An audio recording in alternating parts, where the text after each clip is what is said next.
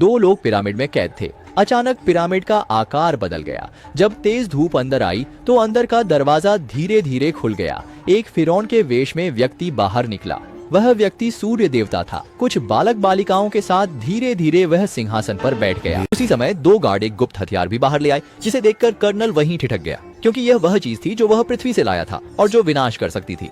पूरी खबर का सनसनीखेज खुलासा। इसके बाद सूर्यदेव ने हाथ हिलाया और अपने अनुयायियों को आदेश दिया कि वे कवच उतार दें और असली चेहरा दिखाएं। ये देखकर हैरानी हुई कि हमला करने वाले भी इंसान ही थे, जो उच्च तकनीक वाले मास्क पहनकर देवताओं की तरह धोखा दे रहे थे। और ये सूर्यदेव भी अब रहस्य नहीं बनाए रख सका। उसने मुखौटा उतारा और 8000 साल पहले के उस युवा का चेहरा सामने आ गया।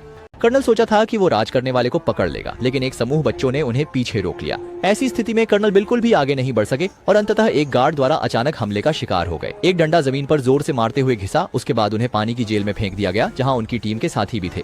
जब सूर्य देवता ने मार्क के गले में लटक रही माला देखी तो वह इतने गुस्से में आ गए कि गुस्सा आदिवासियों पर निकाल दिया। उन्होंने 2 लड़ाकू विमान भेजे, जो धूमधाम से आदिवासियों के कबीले की ओर बढ़े और उस पर भारी बमबारी कर दी, जिससे कबीले को भारी जानमाल की हानि उठानी पड़ी, क्योंकि उन्होंने छुपकर बाहरी लोगों का स्वागत किया था, जो कि सूर्य देवता के आदेश के खिलाफ था। हालांकि सूर्य देवता ने पूरी तरह से उनका नाश नहीं किया, क्योंकि उन्हें खनन के लिए इन लोगों की जरूरत थी। अब देखते हैं मार्क को। ये लड़का सचमुच किस्मत वाला है, क्योंकि वह एक पत्थर के ताबूत से जाग उठा। सिद्धांत रूप में वह जो चोट उसने अभी अभी खाई थी वह अत्यंत गंभीर थी, इतनी गंभीर कि मानव प्रौद्योगिकी से उसका इलाज नहीं हो सकता था। लेकिन ऐसा लगता है कि पत्थर का ताबूत शरीर को ठीक करने की क्षमता रखता है, जैसे मृतकों को भी जीवित कर सकता है। यह एक जीवन चमत्कार निर्माण यंत्र जैसा है। मार्क एक अन्य कमरे में चला गया। बाहरी गृहवासी मानव पहले से इंतजार कर रहे थे। उसने मार्क को बताया, तुम लोग पृथ्वी पर वाकई जल्दी प्रगति कर रहे हो, यहाँ तक कि परमाणु ऊर्जा भी विकसित कर ली है।